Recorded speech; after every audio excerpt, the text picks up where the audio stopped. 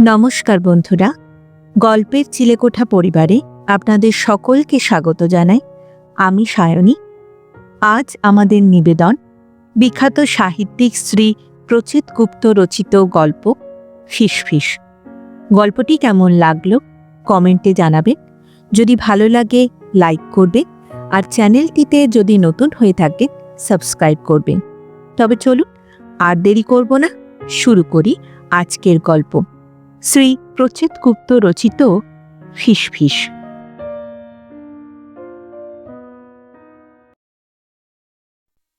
প্রথমবার গা করেননি রতন তরফদার।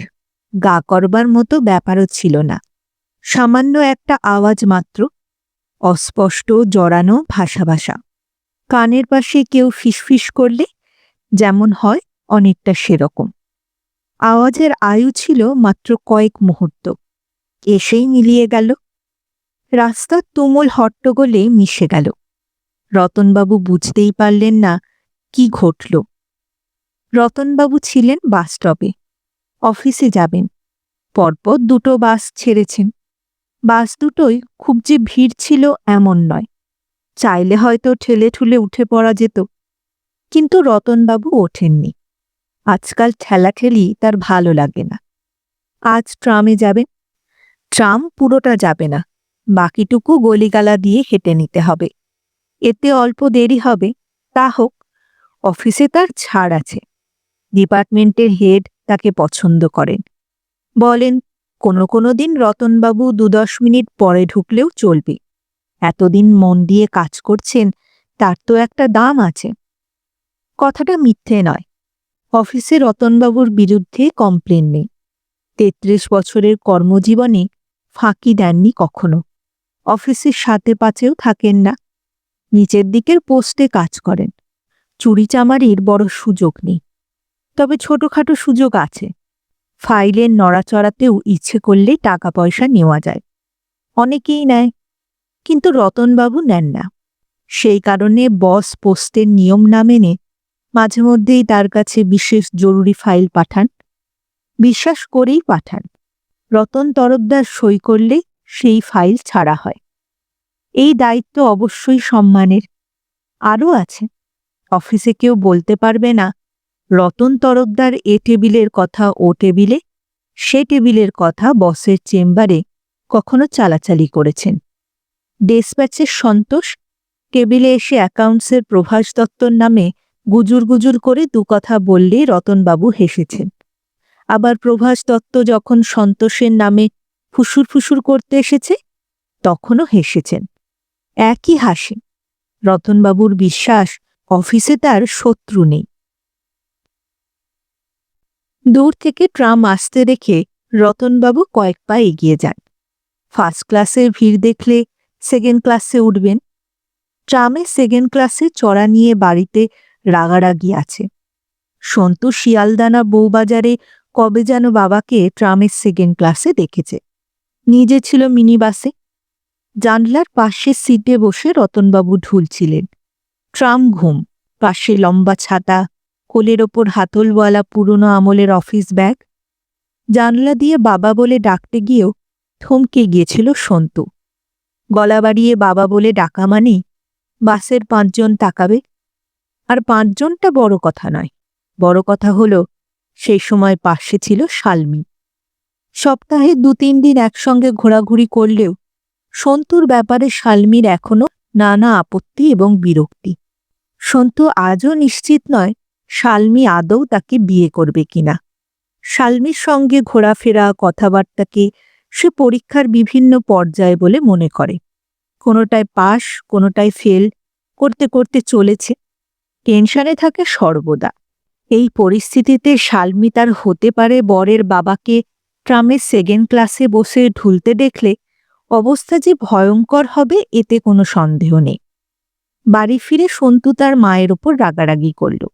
সুলতা বললেন, আমাকে বলছিস কেন বাবা? সন্তু বিরক্তি নিয়ে বলল, মা, তুমি ভালো করেই জানো বাবা আমার কথা বুঝতে পারে না। আমিও বাবার কথা বুঝতে পারি না। জেনারেশন গ্যাপ নয়, টাইম গ্যাপ। সুলতা রাগ দেখিয়ে বলেন, আমি পারবো না বাপু, আমি কেন? পারবো না বললেও সুলতা বলেছিলেন স্বামী শাসনের দায়িত্ব পালন করতে তার খারাপ লাগে, বিশেষ করে স্বামী যখন বোকা ধরনের মানুষ।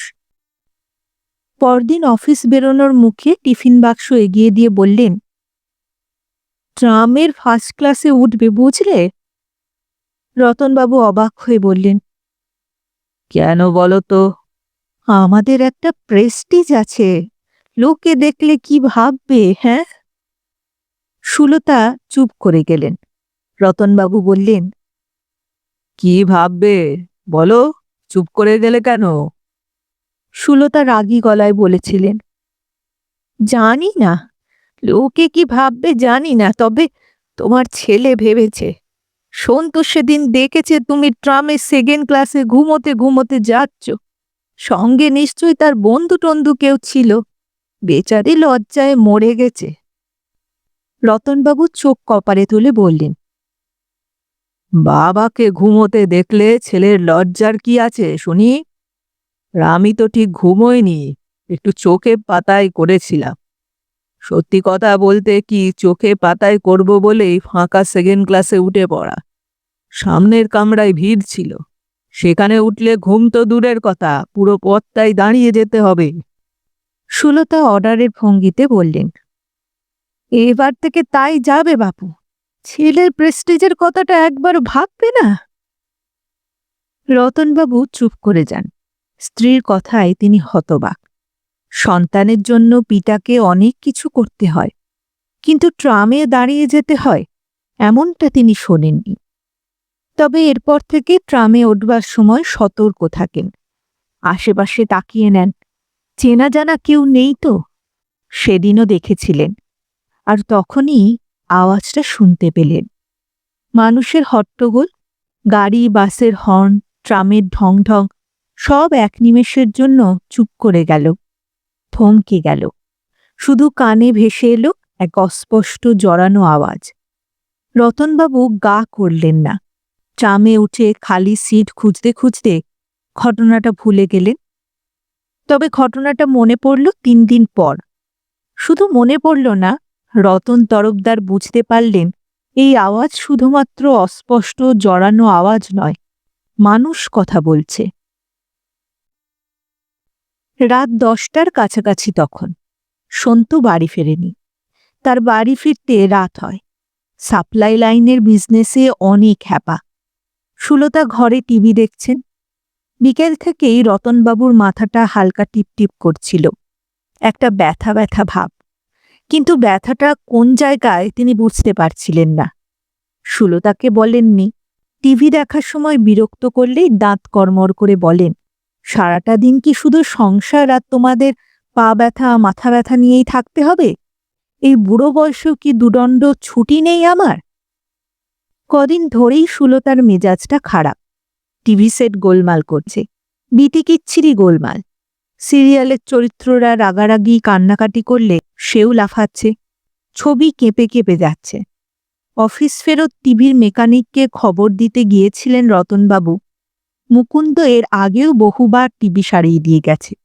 এবার গম্ভীর হয়ে ঘাড় নেড়েছে, বলেছে, আর হবে না মেসোমশাই, পুরনো মাল এবার হাঁপাচ্ছে, ও জিনিস ফেলে এবার নতুন কিনুন। রতনবাবু খানিকটা অনুরোধের ঢঙে বলেছিলেন, এবারটা দেখে দাও মুকুন্দ, পরে না হয় একটা নতুন নেওয়া যাবে। মুকুন্দ কঠিনভাবে মাথা নেড়েছিল, বলেছিল, অসম্ভব মেসোমশাই, 2 বছর ধরে বলছি ও জিনিস আর চলবে না, আমি পারব না, আপনি বরং অন্য কাউকেই ডেকে দিন।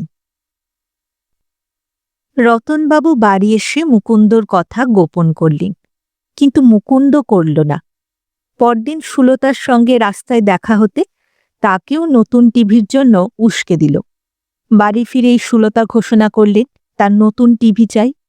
সন্তুর বিজনেস ভালো অবস্থার মধ্যে নেই, ধার দেনায় সে নিজেই জেরবার।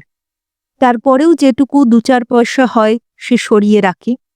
সন্তু বুঝেছে শেষ পর্যন্ত যদি সবকিছু ঠিকঠাকভাবে ঘটে যায়, শালমি কিছুতেই শ্বশুরবাড়ি ঢুকবে না।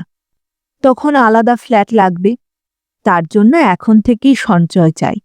এই কারণেই সে টাকা সরিয়ে রাখে। মায়ের টিভির কথা শুনে বলল, সমস্যা কি মা? সিরিয়ালের নায়ক নায়িকার ইমোশনের সঙ্গে যদি তোমার টিভিও লাফাঝাপা করে সে তো ভালো। সুলতা ধমক দিয়ে বললেন, চুপ কর, এত বড় হয়েছিস, মাকে একটা টিভি কিনে এনে দিতে পারিস না? কিসের রোজগার করিস তুই? সন্তু ঠান্ডাভাবে বলল, অবশ্যই পারতাম মা, শুধু টিভি কেন, টিভি, গাড়ি, বাড়ি সব পারতাম যদি ব্যবসাটা আমার বাবা ঠাকুরদার হতো। ফার্স্ট জেনারেশন বিজনেস যে কি জিনিস হয়, যে করে সে বোঝে। তুমি বাবাকেই বলো মা, আজকাল মাসে মাসে কিস্তি দিলে দামি জিনিস ঘরে ঢোকানো যায়, চাপ থাকে না। বাবা রাজি হলে আমি আরো কম দামে ব্যবস্থা করে দেব। শালমির মাস্তুতো না পিস্তুতো ভাইয়ের চাঁদনি চকে টিভির রেডিওর দোকান আছে। সুলতা ভুরু কুচকে বললেন, শালমি? সে আবার কে? সন্তু লজ্জা লজ্জা হেসে বলল, আমার বন্ধু, আমার কথা ফেলতে পারে না। সুলতা স্বামীকে বলেছেন, শুধু কথা নয়, 7 দিন সময় বেঁধে দিয়েছেন। রতনবাবু হ্যাঁ না কিছুই বলতে পারেননি। বলবেন কি করে? হুট বলতে অনেকটা টাকা খরচা করবার মতো তার উপায় কই? এই অবস্থায় মাথা ব্যথার কথা বলতে গেলে ধমক অবশ্যম্ভাবী। রতনবাবু দক্ষিণের দরজা খুলে চিলতে বারান্দায় এসে দাঁড়ালেন। বাড়ির এই পিছন দিকটা অন্ধকার, ঝোপঝাড়, 2-1টা গাছ, বাতাস বইলে সরসর শব্দ হয়। আর তখনই হল। রতনবাবু প্রথমে ভেবেছিলেন বাতাসের শব্দ, পরক্ষণেই বুঝলেন না, বাতাস নয়, মানুষের কথা। একটা মানুষের কথা নয়, 2টো মানুষের কথা, চাপা গলায় কথা বলছে, ফিসফিস করলে যেমন হয়। চমকে উঠলেন রতনবাবু। কথা? কারা কথা বলছে? কোথায় কথা বলছে? বাড়ির পেছনে? অন্ধকার ঝোপঝাড়ের আড়ালে? পাশের বাড়ির কথা এখান থেকে শোনবার সুযোগ নেই। বাড়ির পাশে ফাঁকা জমি। তবে কি রাস্তায় কেউ কথা বলছে? তা কি করে হবে? রাস্তা তো উল্টো দিকে। চোর তো নয় তো? পাঁচিলের ওপাশে বসে নেই তো? 10টা বাজতে না বাজতেই চোর এসে গেল। রতনবাবু গলা খাকারি দিতে গিয়ে থমকে গেলেন। গলা চেনা চেনা লাগছে না? লাগছেই তো। এই গলা তিনি বহু বছর ধরে শুনছেন। সুলতা। আর অন্যটা? সন্তু। হ্যাঁ, সন্তুই তো। বিস্ফারিত চোখে অন্ধকারের দিকে তাকিয়ে থাকলেন রতন তরফদার। ঝিঝির ডাক, গাছের পাতার সরসরানি, দূর থেকে ভেসে আসা টিভির গান, সব স্তব্ধ হয়ে গেল। কানে শুধু স্ত্রী আর পুত্রের ফিসফিসানি, সেই ফিসফিসানি ছেঁড়া ছেঁড়া। তোর বাবার জন্যে যে আজ সংসারের এই হাল, তুই কি জানিস না সন্তু? তা কি আর জানি না? খুব জানি। বাবা একজন গুড ফর নাথিং মানুষ। গুডই বা বলি কি করে মা? বলা উচিত ব্যাড ফর এভরিথিং। আমাদের সবকিছু খারাপের জন্য তো বাবাই দায়ী। ঠিক তাই। একটা অকর্মণ্য মানুষকে নিয়ে গত 32টা বছর ঘর করছি আমি। অকর্মণ্য না হলে চাকরির ওই সামান্য রোজগারটুকু নিয়ে কেউ চিরকাল সন্তুষ্ট থাকে? অকর্মণ্য কেন বলছো মা? বলো অপদার্থ। চারপাশে তাকিয়ে দেখ, যে যেখানে পারছে সেখান থেকে 2 হাতে লুটছে। আর তোর বাবা হাতে টিফিন বাক্স, বগলে ছাতা নিয়ে অফিসে গেল আর এলো, গেল আর এলো। তোর বড় মেশো কত করে বলেছিল। কি বলেছিল মা? কি আবার বলবে? অফিসে ম্যানেজ করে মাসে 2-1টা অর্ডার ধরিয়ে দিলে কমিশন পাবেন, 2টো এক্সট্রা রোজগার হবে। ও কথা শুনে তোর বাবা পালাতে পারলে বাঁচে। ধুর ধুর মা, ট্রামে বসে ঘুমোনো ছাড়া বাবার দ্বারা কিচ্ছু হবে না। আচ্ছা, দেশের জমির ব্যাপারটা শেষ পর্যন্ত কি হলো? হ্যাঁ, আর কি হবে? তোর পিসি সব হাতিয়ে নিয়েছে। অমন একটা বোকা ভাই গেলে কি আর সুযোগ ছাড়বে? আমি ছাড়তাম? বুড়ো বয়সে বউকে একটা টিভি কিনে দেওয়ার মুরদ নেই। ছ্যা ছ্যা ছ্যা। ইস, অতখানি জমি হাতছাড়া হয়ে গেল মা। তুমি কিছু বললে না? সত্যি বাবা, এরকম লোকের সঙ্গে যে কি করে আছো মা! শালমি হলে কবে তুলকালাম কাণ্ড করত। শালমিটা আবার কে? চাপ বাবা, ভুলে গেলে এর মধ্যে? কাল যে তোমায় বললাম, আমার বন্ধু। ব্যাস, এই পর্যন্ত। তারপরই কানের পাশ থেকে মা ছেলের ফিসফিস উধাও। ফিরে এলো ঝিঝির ডাক, দূর থেকে চলে যাওয়া সাইকেলের বেল, ভিতরের ঘরে চলা টিভির গান। কান মাথা ঝাঁ ঝাঁ করে উঠতে চাইল রতন তরফদারে। নিজেকে সামলালেন। নিশ্চয়ই ভুল শুনেছেন। অবশ্যই ভুল। বয়স তো কম হল না। অবসরের জন্য হাতে গোনা আর মাত্র কয়েকটা মাস। বড় অসুখ বিসুখ না থাকলেও শরীর ইতিমধ্যে ছোটখাটো ভুলভ্রান্তি শুরু করেছে। এই তো সেদিন সকালে সুলতা বাজারের থলি হাতে নিয়ে সামনে দাঁড়িয়েছিল ঠায়। খেয়ালই হয়নি। শেষ পর্যন্ত সুলতাই ঝাঁঝিয়ে উঠল, কি গো, অন্ধ হয়ে গেলে নাকি? দেখতে পাচ্ছ না? রতনবাবু চমকে উঠে বললেন, ও, দেখতে পাইনি। সুলতা বলেছিলেন, নিজের বউকে দেখতে পাওনি? এরপর তো আয়নার সামনে দাঁড়ালে নিজেকেও দেখতে পাবে না। এ তো ভুলই। দেখতে না পাওয়ার ভুল। আবার দেখতে পাওয়ার ভুলও ঘটেছে। সেদিন অফিস ফেরবার পথে পাউরুটি কিনে স্পষ্ট মনে হল তিনি ব্যাগে ভরলেন। বাড়ি ফিরে বের করতে গিয়েই অবাক, কোথায় পাউরুটি? আবার ছুটলেন দোকানে। দোকানদার হেসে বললেন, এই তো সরিয়ে রেখেছি, আপনি ফেলে রেখে গিয়েছিলেন। কখনো কখনো শরীরও তার ভুল ভাবাচ্ছে। হাঁটু ব্যথা, পেটে কনকন, বুক জ্বালা। মর্নিং ওয়াকে সেদিন বিমলকে ব্যথা বেদনার কথা বলতে সে হাত নেড়ে উড়িয়ে দিল। বলল, দূর দূর, কিচ্ছু হচ্ছে না। বয়স বাড়লে শরীর নিয়ে অনেক ভুল চিন্তাভাবনা হয়। ইগনোর করুন মশাই। তাহলে বয়স যদি দেখায় ভুল হয়, ভাবায় ভুল হয়, তাহলে শোনায় হবে না কেন? ভুল তো বটে, 100% ভুল। সন্তু এখনো বাড়ি ফেরেনি। তার কথা কানে আসবে কি করে? দূর, যত সব হাবিজাবি চিন্তা। সত্যি বয়স বাড়লে কত সমস্যাই না হয়। আপন মনেই মুচকি হেসে রতনবাবু বারান্দা থেকে ঘরে ঢুকলেন। দুদিন আর কিছুই ঘটল না। না, ঘটল, তবে রতন তরফদার নিজের ভুল সম্পর্কে আরও নিশ্চিত হলেন। একবার নিশ্চিত হলেন না, দুবার নিশ্চিন্ত হলেন, যাকে বলে ডাবল কনফার্মড। সেদিন বাড়ি থেকে টিফিন আনা হয়নি। কাজের মাসি না আসায় সুলতার ঘাড়েই সব কাজ চেপেছে। মেজাজ তার সপ্তমে। বাসন মাজতে মাজতে জানিয়ে দিলেন, আজ টিফিন হবে না। টিফিনের সময় অফিসের পিছনের গলিতে গিয়ে টোস্ট আর কলা কিনে নিলেন রতনবাবু। সেখানে বসে আরাম করে খেয়েও নিলেন। তারপর চা খেয়ে দাম মিটিয়ে দপ্তরে ফিরলেন মুখে মৌরি ফেলে। খুশি মনে টেবিলে বসতে না বসতেই পাশ থেকে কৌশিক বলল, কি ব্যাপার বলুন তো দাদা, কানটা কি একেবারে গেছে নাকি? আবার কান। সতর্ক হলেন রতন তরফদার। ভুরু কুঁচকে বললেন, কেন ভাই, কি হয়েছে? কৌশিক বলল, কি আবার হবে? অত জোরে তরফদারদা বলে ডাকলাম, শুনতেই পেলেন না। অত মন দিয়ে টোস্ট কলা খাবার কি আছে মশাই? অন্য সময় হলে চিন্তিত হতেন, কিন্তু আজ খুশি হলেন রতনবাবু। শুনতে পাননি। বাহ, কয়েক ফুট দূরে চিৎকারই তিনি শুনতে পাননি, তবে ফিসফিসানি শুনতে পাবেন কি করে? তাও সত্যি ফিসফিসানি নয়, বানানো ফিসফিসানি। হেসে ফেললেন রতনবাবু। কৌশিক বলল, হাসছেন কেন? কানের 12টা বেজেছে জেনে খুশি হয়েছেন নাকি?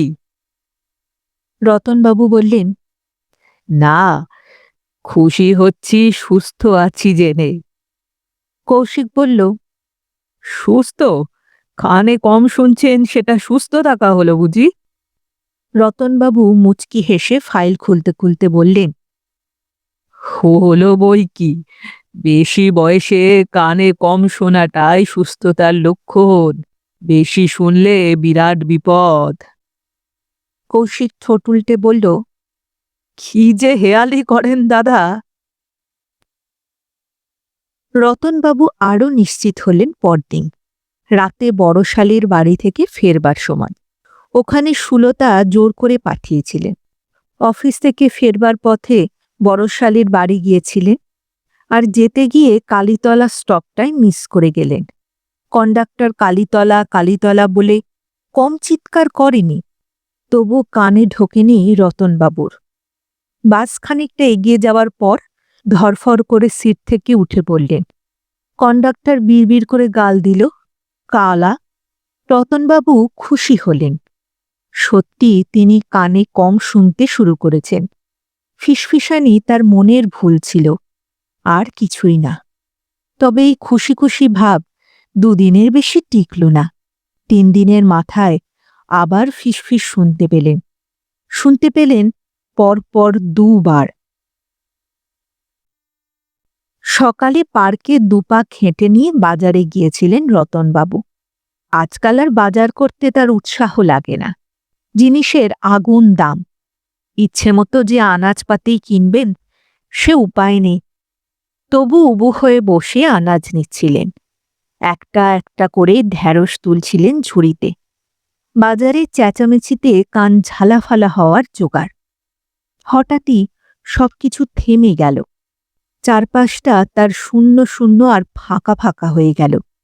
সেই শূন্যতার মধ্যেই রতনবাবু শুনতে পেলেন সুলতার দিদি আর জামাইবাবু ফিসফিস করছে। রতনদা কি বলছে? কি আবার বলবে, ইনিয়ে বিনিয়ে একটাই কথা, আমি পারবো না, আমার দ্বারা হবে না। গাধাটা এমন ভান করছে যেন ব্যাংক ডাকাতি করতে বলেছি। কাজ তো অতি সামান্য, আবার এক পরিচিত লোকের ফাইলটা ছেড়ে দিতে হবে।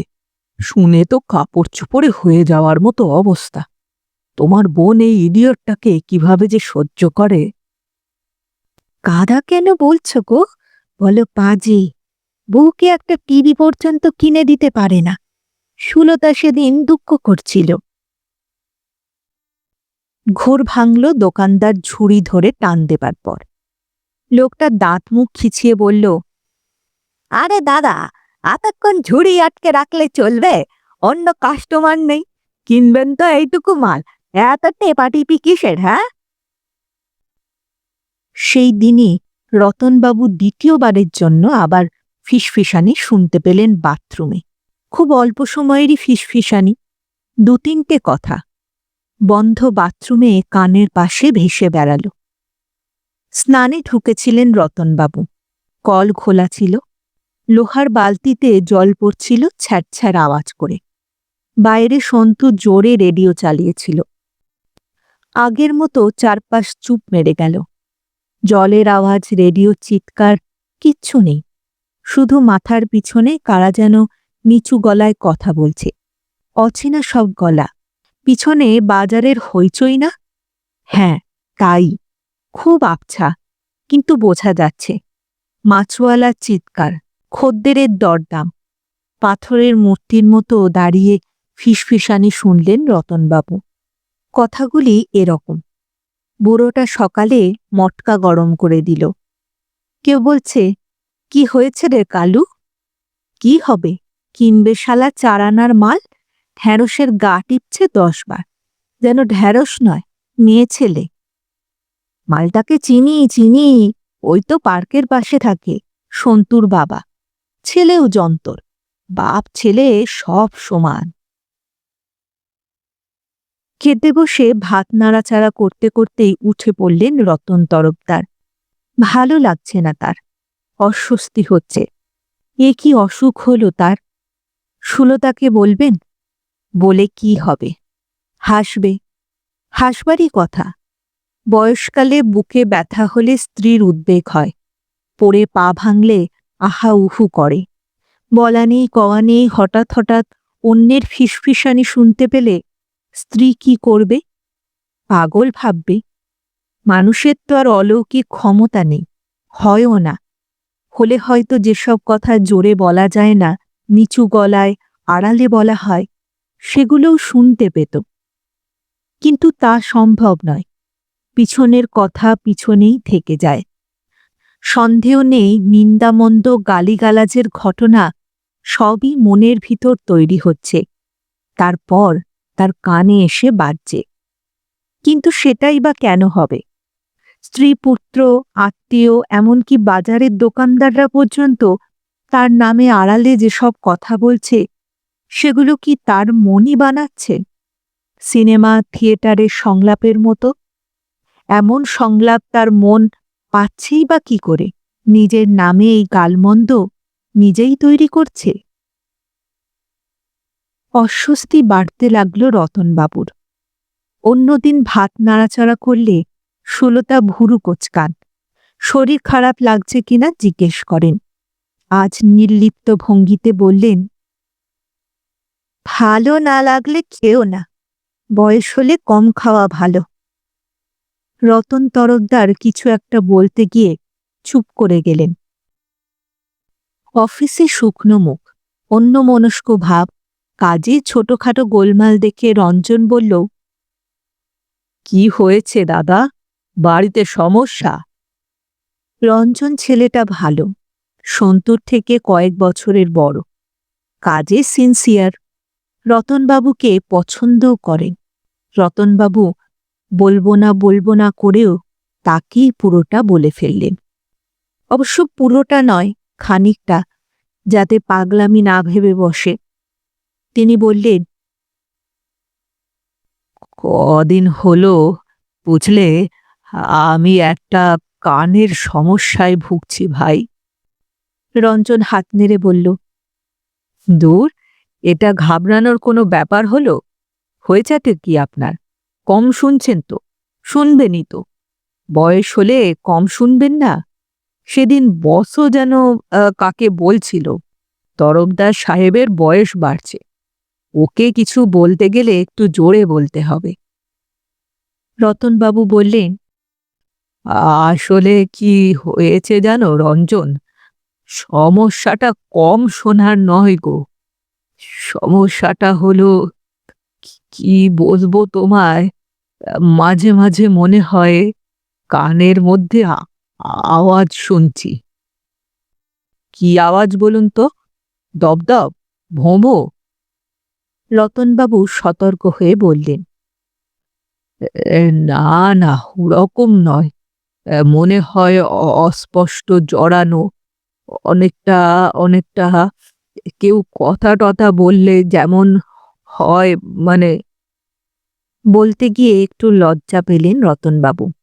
রঞ্জন অবাক গলায় বলল, কানের মধ্যে কথা? বলেন কি দাদা? কথা নয়, মানে কথার মতো, মানে। তাই বলুন, কথার মতো। আমি তো ঘাবড়ে গিয়েছিলাম। এক কাজ করুন, একজন ইএনটির ফোন নাম্বার দিচ্ছি, তুখোড় ডাক্তার, আমার বাবাকেও দেখেন, কালই ফোন করে চলে যান। রতনবাবু পরদিন সকাল পর্যন্ত সিদ্ধান্ত নিয়েছিলেন ডাক্তারের কাছে তিনি যাবেন না। সিদ্ধান্ত বদলালেন ট্রামের সেকেন্ড ক্লাসে বসে ঝিমুনির সময়। চারপাশ মুছে দিয়ে কানের কাছে যখন ফের ফিসফিসানি শুরু হলো। একজন ছেলে আর একজন মেয়ে। ছেলেটা সন্তু, মেয়েটার গলা তিনি চিনতে পারলেন না। এই একরকম রিনরিনে ধরনেরই হবে। রিনরিনে গলায় মেয়েটি বলছে, বিয়ে করব বলছো? হ্যাঁ, বিয়ের পর বউকে রাখবে কোথায় শুনি? সন্তু চাপা গলাতেই উত্তেজিত হয়ে বলল, কেন কেন, আমি তো আমি তো ফ্ল্যাট কিনবো। ফ্ল্যাট? অত টাকা রোজগার করো নাকি? বিজনেসের তো অবস্থা কোমর ভাঙা। সন্তু বলছে, শালমি, তুমি তো জানো আমি লুকিয়ে টাকা জমাচ্ছি, বাবা মা কেউ জানে না। ওই টাকা ফ্ল্যাটের পিছনে এখনই ঢালতে যেও না, হাঁদা কোথাকার। ব্যাংকে জমাও। কটা বছর বাড়িতে থাকতে হবে তো হবে। বাড়িতে তো মোটে দুটো ঘর। কেন? তোমার বাবাকে ছাদে একটা ঘর তুলে দিতে বলো। হুরি বাবা, বাবা ছেলের বউয়ের জন্য ঘর করবে? হা, তাহলেই হয়েছে। একই হাড় কিপটে, তাছাড়া পাবে কোথায় টাকা? টাকা পাবে মানে? কোথায় পাবে আবার? রিটায়ার করলে প্রভিডেন্ট ফান্ডের গাদাখানিক টাকা পাবে। আর কদিন পরেই তো রিটায়ারমেন্ট। তুমিই তো বলেছ। সন্তু, বিয়ের আগেই আমার সঙ্গে ঘাপলা করতে যেও না। তোমার ফাদারকেও বারণ করে দেবে। আলটিমেটলি যদি তোমার সঙ্গে আমার বিয়ে হয়, আমি কিন্তু কোনো মেনিমুখ ঘাপলা শ্বশুর অ্যালাউ করব না। এই আমি তোমায় বলে রাখলাম। বাবার টাকা পয়সা ঘুরিয়ে আগে ঘর তুলে তারপর আমাকে বিয়ের কথা বলতে আসবে। আচ্ছা আচ্ছা, তাই হবে। এই শালমি, ছাড়ো তো, একটু চুমো খাবো, এসো না। তা লোকে দেখতে পাবে। এই ফাঁকা গঙ্গার পাড়ে কে দেখবে? এই এই, চলো না, একটা নৌকা ভাড়া করি। Please please please. অফিসে পৌঁছে রতনবাবু গম্ভীর মুখে রঞ্জনকে বললেন, সেই ডাক্তারের ফোন নাম্বারটা একবার দাও তো দেখি।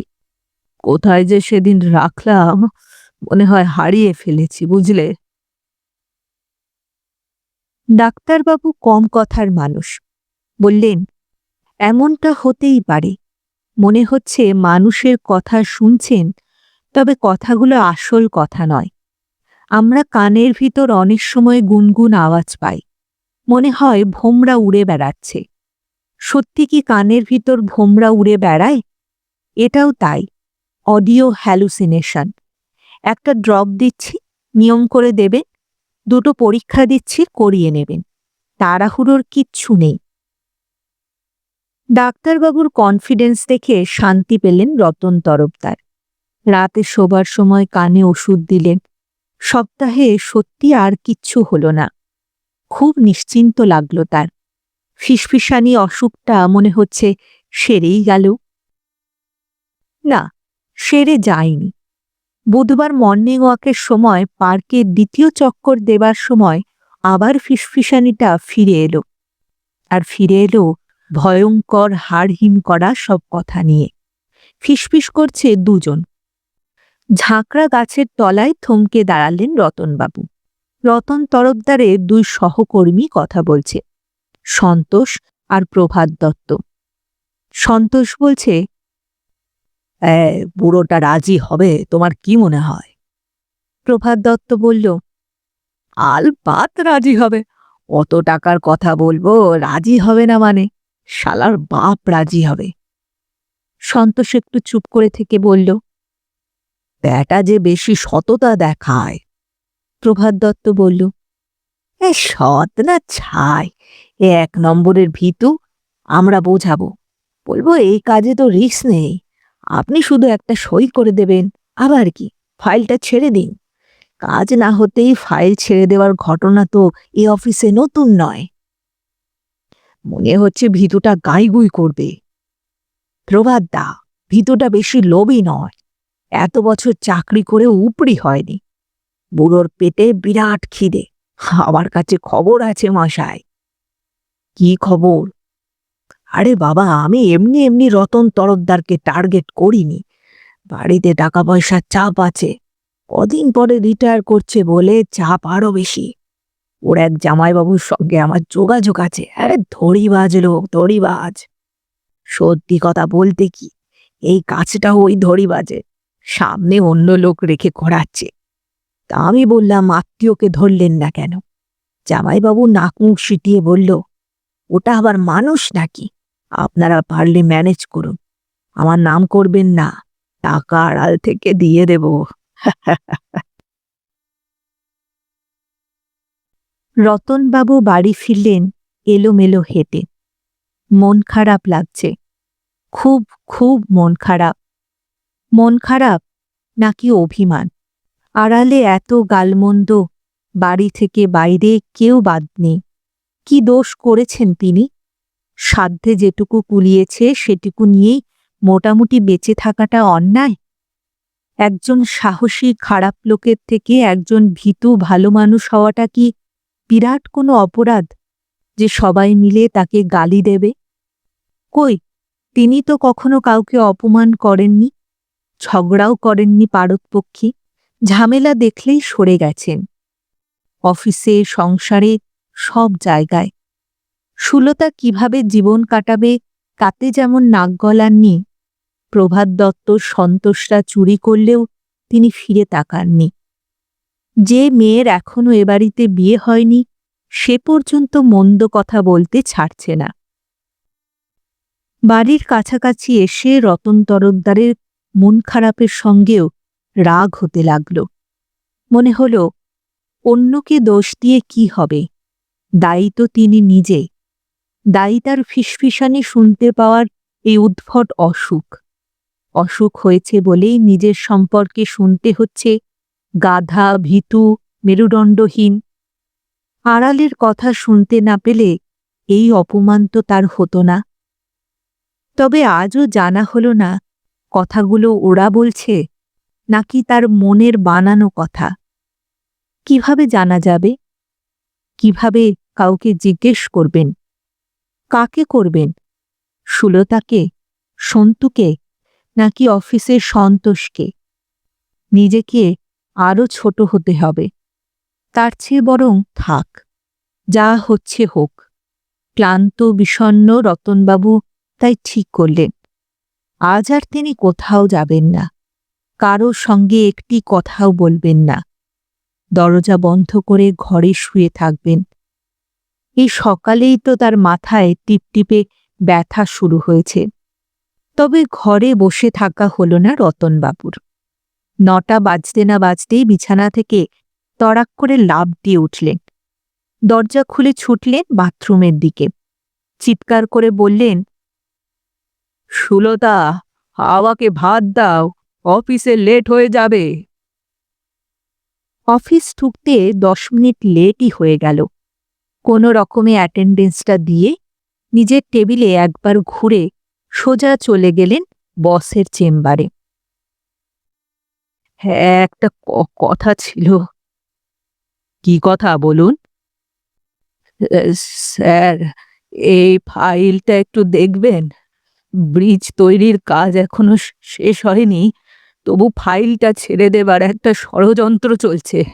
ব্রিজের মতো একটা গুরুত্বপূর্ণ কনস্ট্রাকশন যদি ঠিক মতো না হয়, পরে ভয়ঙ্কর অ্যাক্সিডেন্ট হতে পারে স্যার। সেটা কি উচিত হবে? রতন তরফদারের ফিসফিসানি অসুখ সেরে গেছে। আর কখনো তিনি আড়ালের কথা শুনতে পাননি। শেষ ফিসফিসানি শুনেছিলেন সেই বুধবার। মর্নিং ওয়াক থেকে ফেরার মন খারাপ নিয়ে ঘরে শুয়েছিলেন যখন, তখন কানের মধ্যে একাই কেউ যেন ফিসফিস করে উঠেছিল। চমকে উঠেছিলেন রতনবাবু। নিজের গলা চিনতে তার একটু অসুবিধে হয়নি। এই গলা যে প্রায় 60 বছরের চেনা। তারপরই বিছানা ছেড়ে লাফ দিয়ে উঠে পড়েছিলেন রতনবাবু। স্নান খাওয়া সেরে তাড়াহুড়ো করে অফিসে এসে ফাইল হাতে বসের ঘরে ঢুকে গিয়েছিলেন গটগটিয়ে। ভয়ে তার হাঁটু একটুকুও কাঁপেনি, একটুও দ্বিধা হয়নি। মনে হয়নি, ইস, অনেকগুলো উপরি টাকা পাওয়ার সুযোগ নষ্ট হল। কি করে হবে?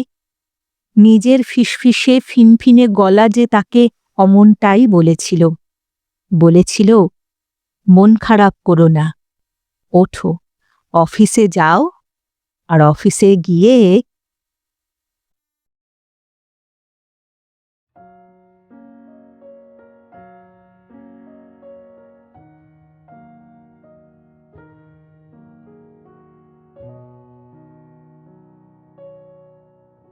শুনছিলেন আজকের গল্প শ্রী প্রচিত গুপ্ত রচিত ফিসফিস। ফিরে আসছি আরেকটি নতুন গল্পের সঙ্গে কিছুদিনের মধ্যে। ততদিন ভালো থাকবেন, সুস্থ থাকবেন এবং গল্পে থাকবেন। আর আমার গল্প পাঠ ও উপস্থাপনা যদি ভালো লাগে তাহলে লাইক আর কমেন্ট করবেন, আর চ্যানেলটিতে যদি নতুন হয়ে থাকে সাবস্ক্রাইব করবেন। এতে আমার উৎসাহ ও আত্মবিশ্বাস দুইই বাড়ে। তাহলে আজ এখানেই বিদায় নিচ্ছি, আবার দেখা হচ্ছে। নমস্কার।